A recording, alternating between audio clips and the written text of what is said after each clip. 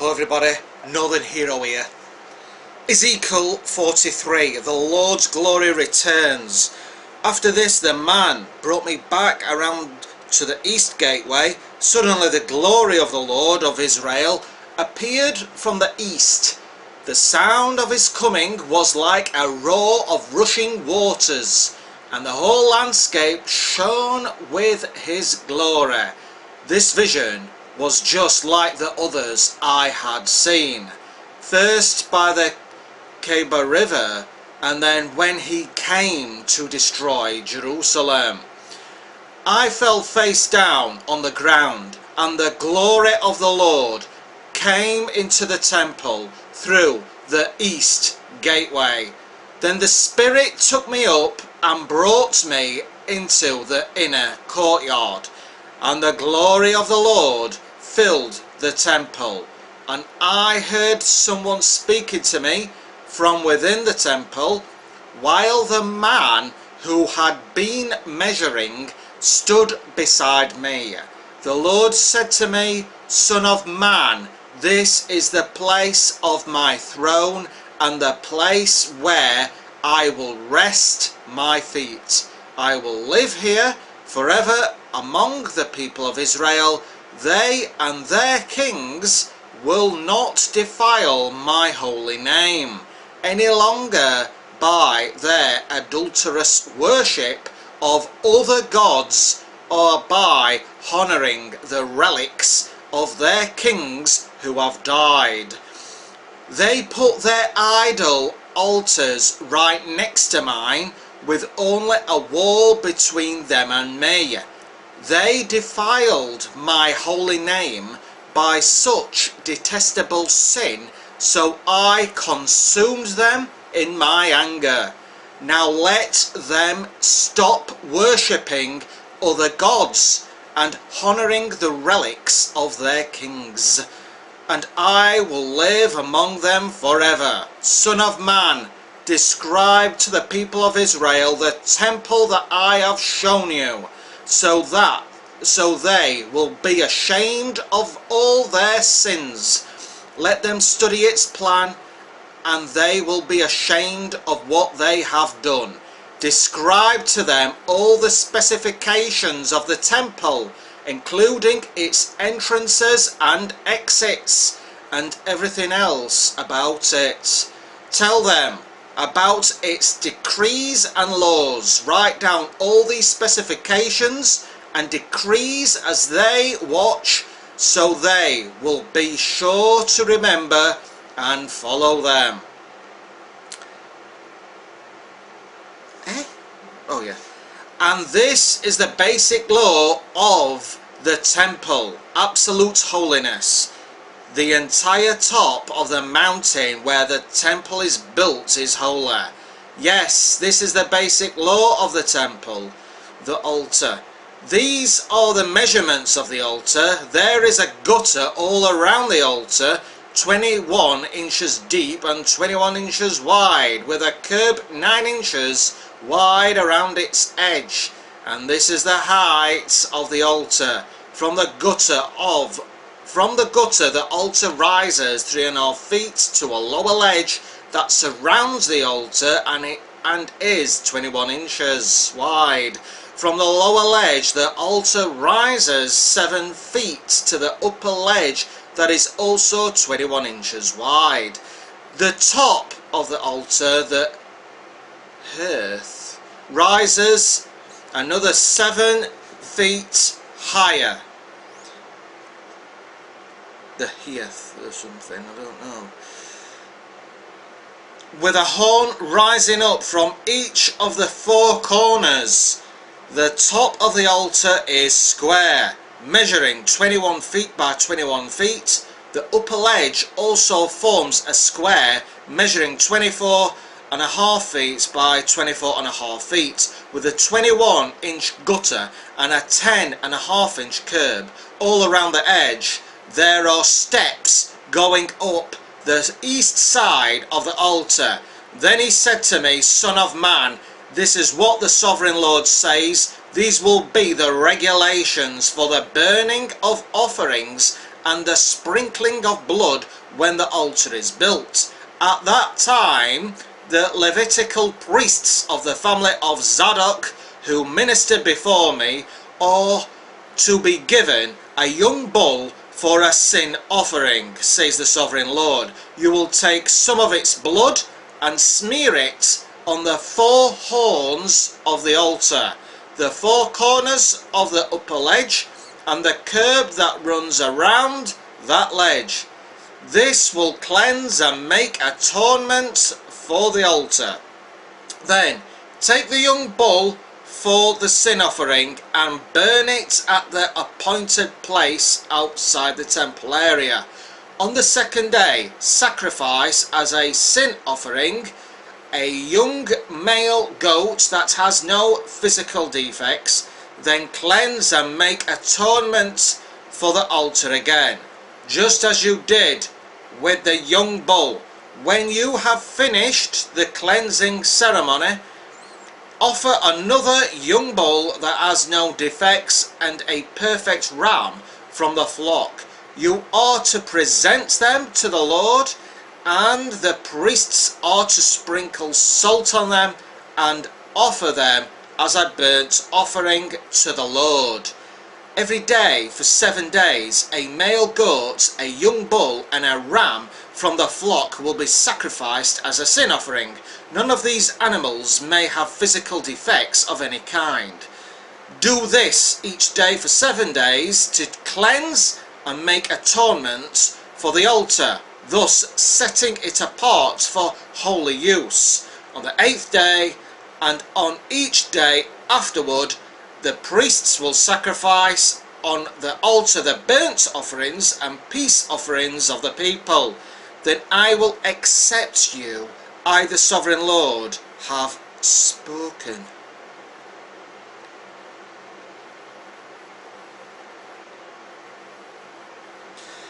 Ezekiel 47, the river of healing.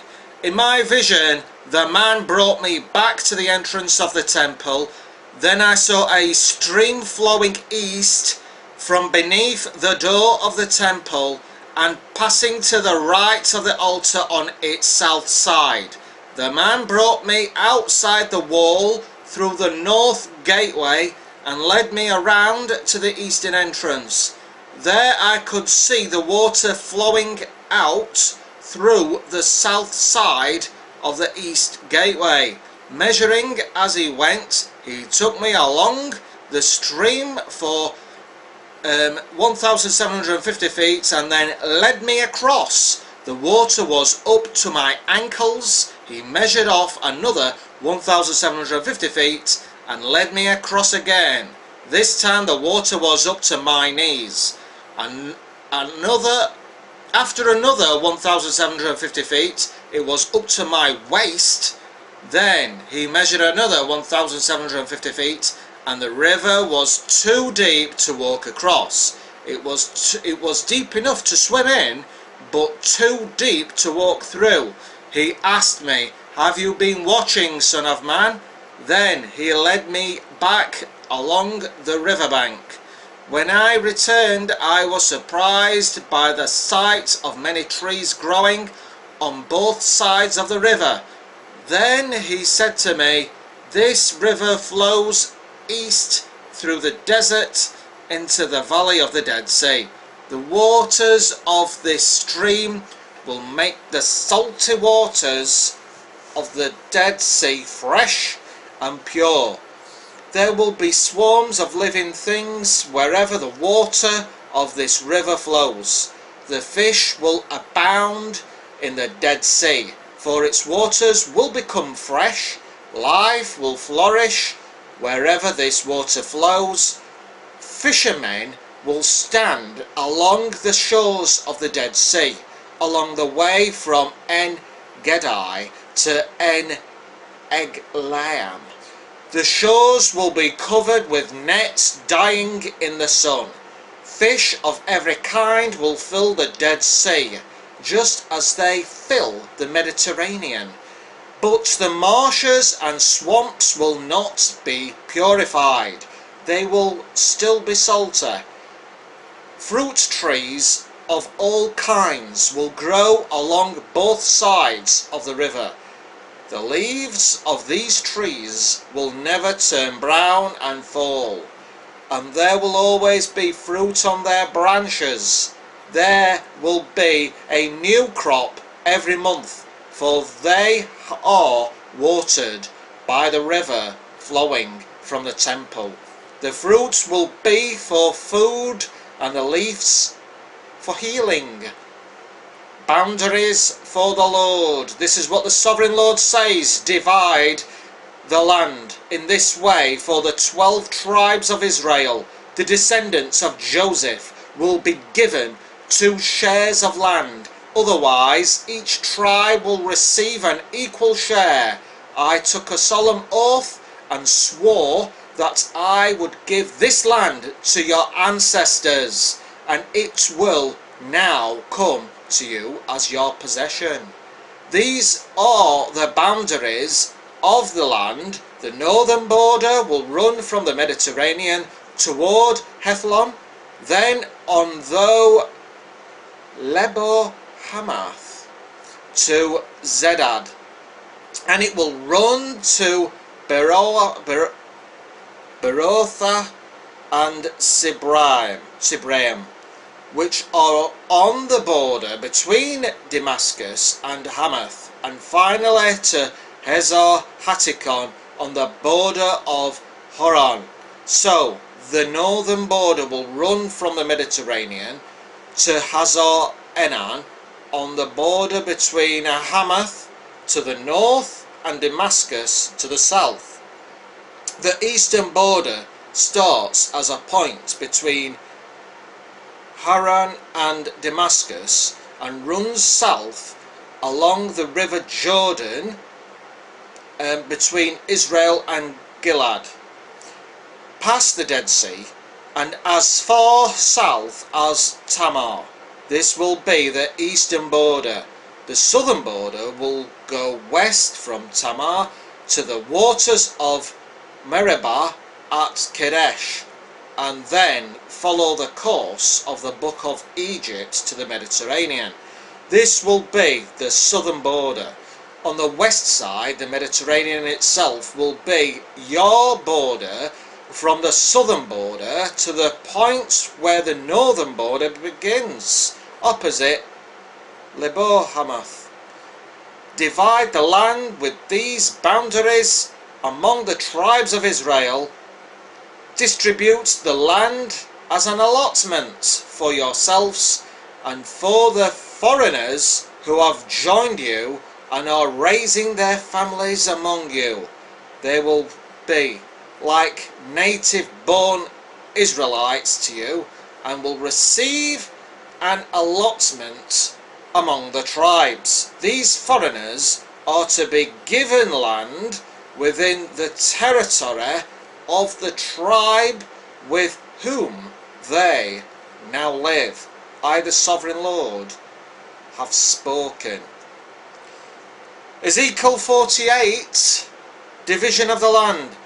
Here is the list of the tribes of Israel and the territory each is to receive.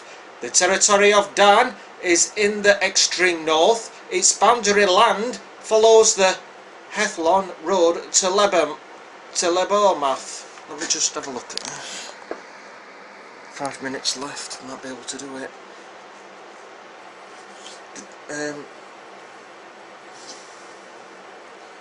Its boundary land follows the Hethlon road to Lebomath and then runs on to Hazar Enan on the border of Damascus, with Hamath to the north. Dan's territory extends all the way across the land of Israel from east to west. Asher's territory lies south of Dan's and also extends from the east to west. Naphtali's land lies south of Asher's also, extending from east to west. Then comes Manasseh, south of Naphtali, and its territory also extends from east to west. South of Manasseh is Ephraim. and then Reuben, and then Judah, all of whose boundaries extend from east to west. South of Judah is the land set aside for a special purpose. It will be 8¼ mile wide and will extend as far east and west as the tribal territories, with the temple at the centre. The area set aside for the Lord's temple will be 8¼ miles long and 6⅔ miles wide.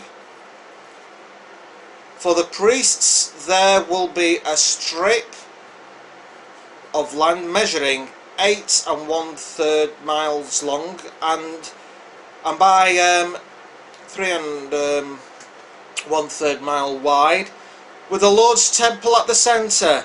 This area is set aside for the ordained priests, the descendants of Zadok, who served me faithfully and did not go astray with the people of Israel, and the rest of the Levites.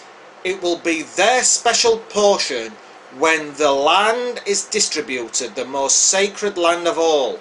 Next to the priest's territory will lie the land where the other Levites will live. The land allotted to the Levites will be the same size and shape as that belonging to the priests, 8⅓ mile long and 8⅓ mile wide. Together these portions of land will measure 8⅓ mile long by 6⅔ mile wide. None of this special land may ever be sold or traded or used by others, for it belongs to the Lord. It is set apart as holy. An additional strip of land 8⅓ mile long by 1⅔ miles wide south of the sacred temple area will be allotted for public use, homes, pasture lands and common lands, with a city at the centre. The city will measure 1½ miles on each side, north, south, east, west. Open lands will surround the city for 150 yards in every direction. Outside the city there will be a farming area that stretches 3⅓ mile to the east and 3⅓ mile to the west. Along the border of the sacred area, this farmland will produce food for the people working in the city. Those who come from the various tribes to work in the city may farm it. This entire area, including the sacred lands and the city, is a square that measures 8⅓ mile on each side. The areas that remain to the east and to the west of the sacred lands and the city will belong to the prince. Each of these areas will be 8⅓ mile wide, extending in opposite directions to the eastern and western borders of Israel, with the sacred lands and the sanctuary of the temple in the centre. So the prince's land will include everything between the territories allotted to Judah and Benjamin, except for the areas set aside for the sacred lands and the city. These are the territories allotted to the rest of the tribes. Benjamin's territory lies just south of the prince's lands, and it extends across the entire land of Israel from east to west. South of Benjamin's territory lies that of Simeon, also extending across the land from east to west. Next is the territory of Issachar with the same eastern and western boundaries. Then comes the territory of Zebulun, which also extends across the land from east to west. The territory of Gad is just south of Zebulun.